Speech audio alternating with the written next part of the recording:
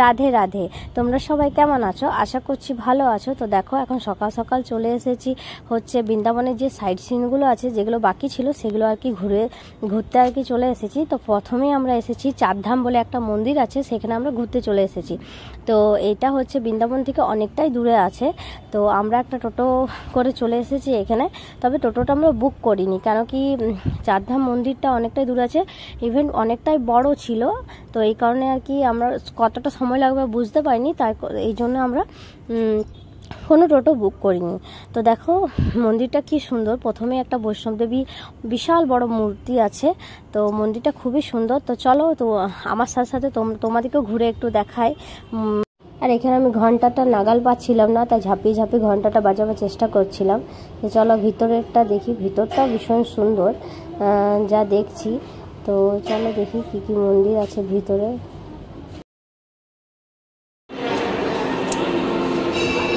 দিলে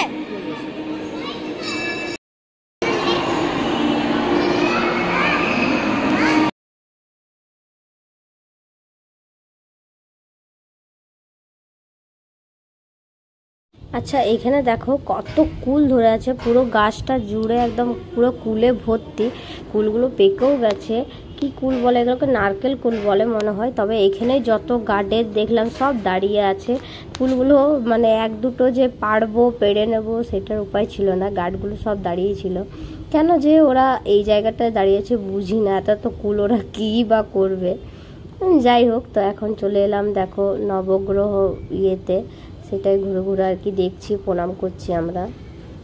তবে যাই বলো আর তাই বলো, যেই ওইখানে যাচ্ছিলো সেই কুল গাছটার উপরে নজর দাঁড়িয়ে দাঁড়িয়ে 2 মিনিট সবাই দেখছিল, আমরাও দেখছিলাম। খুব লোভ লাগছিল কুলগুলো দেখে, ভালোও লাগছিল। আর এখন দেখো চলে এসেছি শনিদেব মন্দিরের ভিতরে। এখানে অনেকগুলো পরপর মন্দির আছে। প্রথমে একটা বৈষ্ণব দেবী ছিল, তারপরে একটা মন্দির বানানো হয়েছে শনিদেবের, তারপরে একটা রাধাকৃষ্ণ, তারপর একটা হচ্ছে শিব ঠাকুরের একটা।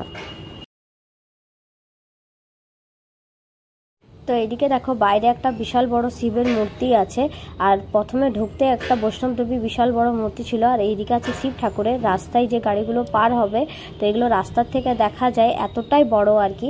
আর যে 4টে মন্দির বানানো হয়েছে সেগুলো একের অপরের থেকে একদম আলাদা, মানে সবগুলোই নতুন নতুন ডিজাইনের অন্য অন্য ধরনের প্যাটার্নে বানানো হয়েছে। তো ভীষণ সুন্দর, আর বিশাল বড় এরিয়া জুড়ে এটা বানানো হয়েছে। তো খুবই সুন্দর প্রত্যেকটা মন্দিরই। তো এই চারধাম মন্দিরটা ঘোরা হয়ে গেলো, এবারে গিয়ে একটু ব্রেকফাস্ট করব। অনেকটাই সকাল সকাল বেরিয়েছি, খিদেও পেয়ে গেছে। তো বিশাল বড় বললাম না, বিশাল বড় এরিয়া জুড়ে অনেক অনেক বড় মন্দিরটা বানানো হয়েছে, এই কারণে আর কি প্রচুর সময় লেগে গেছে মন্দিরটা দেখতে আমাদের।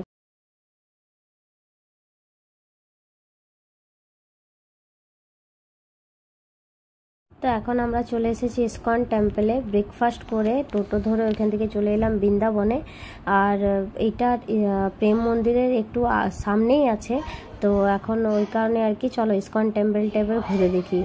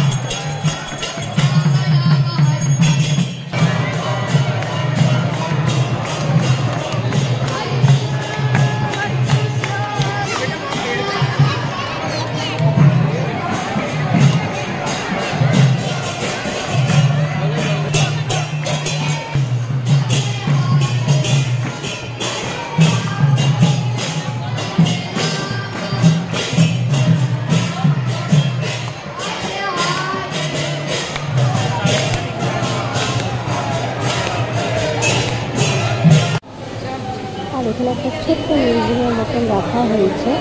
তো এগুলো সব আমাদের দেখা হয়ে গেল। এবার দেখো বেরিয়ে আমরা রাস্তায় যাচ্ছিলাম, তো এখানে ভান্ডারা চলছিল, তো এখানে দেওয়া হচ্ছিলো রাবড়ি।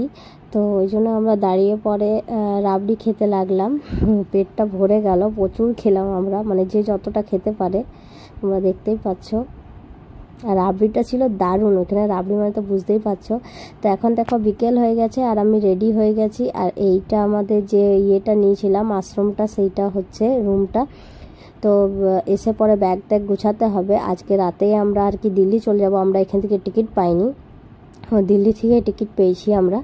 তো এই কারণে আর কি আজকে রাতে এখান থেকে বেরিয়ে যাব। তো একটু শপিং টপিং করে নিই সবারই জন্য, কিছু কিছু কেনাকাটা বাকি আছে, ওগুলো কিছু কিছু কিনবো। বাদ বাকি প্রসাদ টোসাদ যা যা নিতে হবে সেগুলো কেনাকাটি আছে। তো ওই জন্যই ভাবছি বিকেলে একটু সবাই মিলে বার হলাম, একটু শপিং করে তারপরে এসে ব্যাগ ট্যাগ গুছিয়ে তারপরে বার হব। এখান থেকে আমরা গাড়িতে যাব, তারপর দিল্লি থেকে ট্রেন আছে আমাদের। আর এখানে দেখো কতটা রাবড়ি বানাচ্ছে ওরা, কীরকম ধরনের, দেখে কি ভালো লাগছে। তো এখন শপিং টপিং করে চলে এসেছি আবার হোটেলে। তো এখানে আর কি আজকে রাতে খাবার দেওয়া হচ্ছিল, তো ওইটা সবাইকেই দেওয়া হচ্ছে যে এসে খেতে পারে। তো আমরা এলাম ভাত, রুটি, ডাল, পালং শাক, আলু তরকারি। তো এসে খেতে বসে গেছি। এবার একটু গুছাবাগা করব, তারপরে আগে গাড়ি আসবে রাত 11টার সময়, দিয়ে বেরিয়ে পড়বো। তো এখানে রুমটা ভীষণ ভালো ছিল সত্যি কথা বলতে, সব প্রত্যেকটা রুমে অ্যাটাচ বাথরুম ছিল, প্লাস ভীষণ ভালো, পরিবেশটাও খুব সুন্দর। আর বৃন্দাবন মানেই তো অ্যাকচুয়ালি ভালো, কিন্তু সত্যি কথা বলতে খুবই ভালো। আর খাওয়া দাওয়ারও ব্যবস্থা ছিল, সবই ব্যবস্থা ছিল।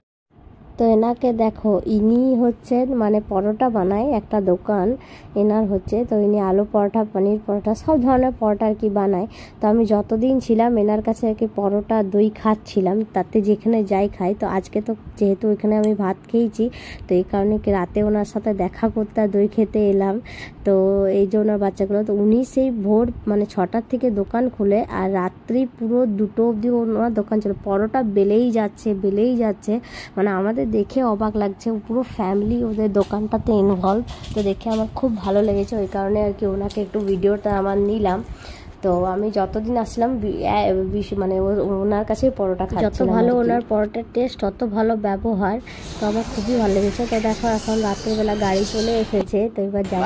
রাত্রি এখন 11টা, যাত্রা আমাদের শেষ, এবার বাড়ি ফেরার পালা, ট্রেন ধরার পালা। এখন যাব হচ্ছে গাড়ি করে আনন্দ বিহার, এখান থেকে ট্রেন আছে সকাল 8টায়। আর আমি মনে করি যে আমি বৃন্দাবনের মাটিতে আসতে পারলাম, বৃন্দাবনে দেখতে পেলাম, ঠাকুরের দর্শন করতে পেলাম। আমার মানে সত্যি এবারও জীবনটা আরেকবার যেন সার্থক হয়ে গেল, মনে থেকে গেল সব। অবস্থা কি গো আমাদের,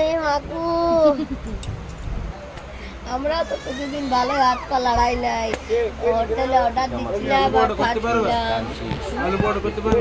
হ্যাঁ আমি পারবো, আন্টি কাছে খেয়ে আসবি, খাওয়াবো তোকে আলু পরোটা। এই দেখো কি বলছে, আলু পরোটা, গোবি পরোটা সব খাওয়াবো। খাই আন্টি কাছে চলে যাবে, আলু পরোটা খাওয়াবো। অমনি বড় করে দেবো। কটা অফিস হে বলতে পারবে না, বসে খাবে আন্টি বানাবে কা দিয়ে যাবে। সব ভালো লাগে আমার, কতবার বললাম যে দাঁত দিয়ে লোকটা কাটিস না। 2 পিস হবে না তো, 2 পিস হবে তো, 2 পিস হবে।